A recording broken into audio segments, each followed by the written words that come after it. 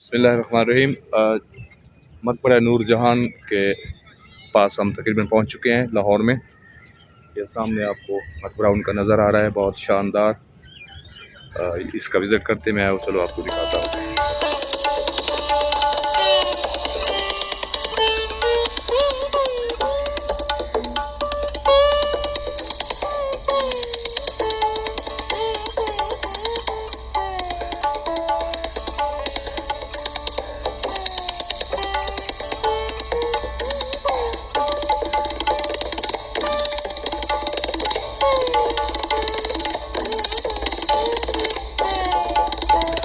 ناظرین، میرا تعلق چند محروم سے تعارف ان کے ان اشعار سے ہوا جو انہوں نے ملکہ مہر النساء نور جہان کی آخری آرامگاہ کے بارے میں لکھے تھے۔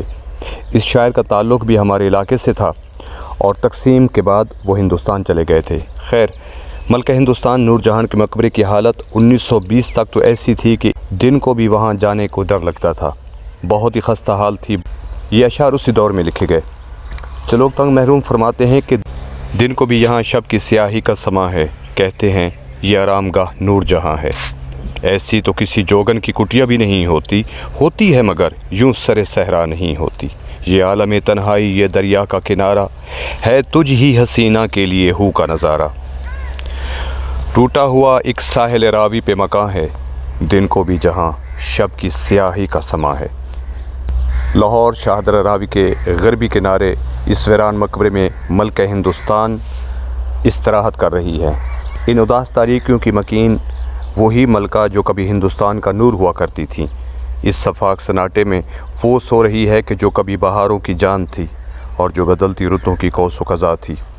اجالوں کی ملکہ تاریکیوں میں سو رہی ہے، آج وہ ہے، اور اس کی تنہائی جو کبھی درباروں کی زینت ہوا کرتی تھی، آج قبر پہ فاتح پڑھنے والا بھی کوئی نہیں۔ ساحر لدھیانوی نے بھی اپنے خیالات کا اظہار اس ملکہ کے بارے میں کچھ یوں کیا ہے کہ پہلو شاہ میں یہ دختر جمہور کی قبر کتنی گمگشتہ فسانوں کا پتہ دیتی ہے، کتنے خونریز حقائق سے اٹھاتی ہے نقاب، کتنی کچلی ہوئی جانوں کا پتہ دیتی ہے۔ سہمی سہمی سی فضا میں یہ ویراں مرکز اتنا خاموش ہے، فریاد کناں جیسے سرد شاخوں میں ہوا چیخ رہی ہے، ایسے روح تقدس سے وفا مرثیہ خواہ ہو جیسے۔ تو میری جاں مجھے حیرت و حسرت سے نہ دیکھ، ہم میں کوئی بھی جہاں نور و جہانگیر نہیں۔ تو مجھے چھوڑ کے ٹھکرا کے بھی جا سکتی ہے، تیرے ہاتھوں میں میرے ہاتھ ہیں، زنجیر نہیں۔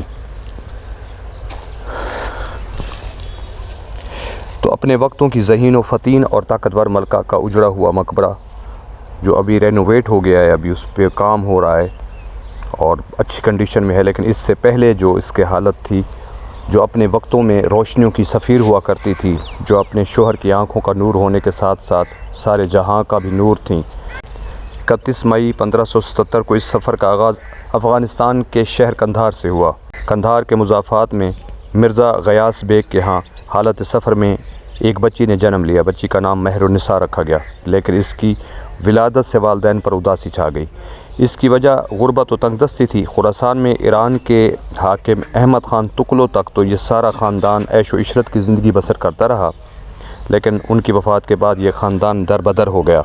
نور جہان کے والدین نے فیصلہ کیا کہ ایران سے ہندوستان جا کر قسمت آزمائی کی جائے۔ اس وقت تک تو کسی کے وہم و گمان بھی نہ تھا کہ برصغیر ان سب کے زندگیوں میں کیا انقلاب لانے والا ہے۔ ہندوستان پہنچ کر مرزا غیاث شہنشاہ اکبر کے دربار میں پیش ہوا اور اسے داروغہ محلات مقرر کر دیا گیا، اور اسی طرح مرزا کی بیوی بھی شاہی محلات میں آنے جانے لگی۔ شوہر کی طرح وہ بھی شاعری اور مصوری میں مہارت رکھتی تھی۔ جلد ہی اس نے ایک بیگمات سے گہری راہ اور رسم پیدا کر لی۔ دوسری جانب مرزا غیاث شہنشاہ کا سیکرٹری تعینات ہوا، پھر اس کی قابلیت اور لیاقت کے باعث وزیر کا منصب بھی مل گیا۔ جب اس خاندان کے شہنشاہ سے روابط مضبوط ہو گئے تو ماں بیٹی نے بھی محل میں رہائش اختیار کر لی، اور پھر اکبر اعظم کے حکم سے نور جہان کی تربیت بھی محل میں ہونے لگی۔ یہ خاندان ایک مرتبہ پھر اپنے کھوئے ہوئے وقار کو دوبارہ پا لینے میں کامیاب ہو گیا۔ شاہی محل میں نور جہان کو جس خاتون سے سب سے زیادہ توجہ ملی وہ شہزادہ سلیم کی والدہ تھی۔ وہ نور جہان پر خصوصی توجہ دیا کرتی تھیں۔ شہزادہ سلیم کا بھی وہاں آنا جانا لگا رہتا تھا۔ شہنشاہ اکبر مہر النساء پر نظر التفات ہونے کے باوجود بیٹے کے انتخاب پر خوش نہ تھا کہ وہ مہر النساء سے شادی کریں۔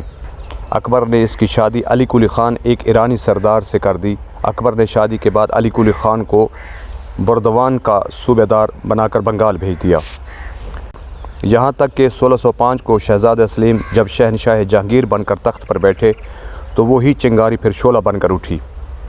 جہانگیر نے علی قلی خان پر غداری کا الزام لگا کر اسے قتل کروا دیا۔ 1611 میں جہانگیر نے مہر النساء سے نکاح کر لیا۔ شادی کے بعد جہانگیر نے بیگم کو پہلے نور محل اور پھر نور جہان کا خطاب دیا۔ جہانگیر نے اسے نہ صرف دل کی ملکہ بنایا بلکہ عملی طور پر ملکہ کا رتبہ عطا کیا۔ نور جہان نہایت خوبصورت، ذہین اور علم دوست تھیں۔ شادی کے بعد اس نے اپنی دانائی سے بادشاہ پر قابو پا لیا اور شہنشاہ کی دیوانگی کا پورا فائدہ اٹھایا، یہاں تک کہ بادشاہ اس کے مشوروں پر چلنے لگا۔ اس نے سال ہا سال شہنشاہ ہندوستان کے دل پر حکومت کی۔ اس کا نام جہانگیر کے سکوں پر بھی کندہ کیا گیا۔ نور جہاں فارسی زبان کی خوبصورت شاعرہ تھیں اور جہانگیر کے ساتھ شعر گوئی کا مقابلہ بھی کیا کرتی تھیں۔ اس کے علاوہ نرم دل، یتیم پرور اور صلح جو شخصیت کی حامل خاتون تھیں۔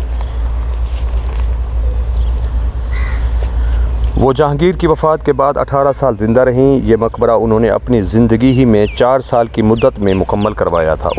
اس وقت اس پر 3 لاکھ روپے کی خطیر رقم صرف ہوئی۔ نور جہان نے زندگی کا زیادہ تر حصہ لاہور میں گزارا اور وہ لاہور کو جنت کہا کرتی تھی۔ یہ دلکشا باغ نور جہان کی مالکیت تھا۔ یہ باغ جہانگیر نے نور جہان کو تحفے میں دیا تھا۔ جہانگیر کی وفات کے بعد نور جہان اکیلی رہ گئی تھیں کیونکہ اس کا سرتاج جو اس سے پیار کیا کرتا تھا اور اس کے ناز اٹھایا کرتا تھا وہ اس دنیا میں نہ رہا۔ آخرکار آپ نے 1645 میں 72 سال کی عمر میں وفات پائی اور اپنے تعمیر کردہ مقبرے میں مدفن ہوئیں، اور اسی مقبرے میں آپ کی بیٹی لاڈلی بیگم بھی مدفن ہے۔ نور جہان کا مقبرہ تاریکیوں میں ڈوبا ہوا ہے۔ کبھی جس کے رہ گزر پہ شمعیں روشن ہوا کرتی تھیں، جس کی خاطر قندیلیں جلائی جاتی تھیں، وہ خود اپنی غریبی اور بے بسی کا اظہار اپنے مشہور فارسی شعر میں یوں کرتی ہیں کہ پر مزار ماں غریباں نے چراغے نے گلے، نہ پر پروانہ سوزک نہ صدائے بلبلے۔ مطلب کہ ہم غریبوں کی قبر پر نہ کوئی چراغ جلانے والا ہے، نہ کوئی پھول ڈالنے والا ہے، نہ کوئی پروانہ جلتا ہے اور نہ ہی کسی بلبل کی صدا ہے۔ بقول غالب سب کہاں کچھ لالا و گل میں نمایاں ہو گئیں، خاک میں کیا صورتیں ہوں گی جو پنہاں ہو گئی۔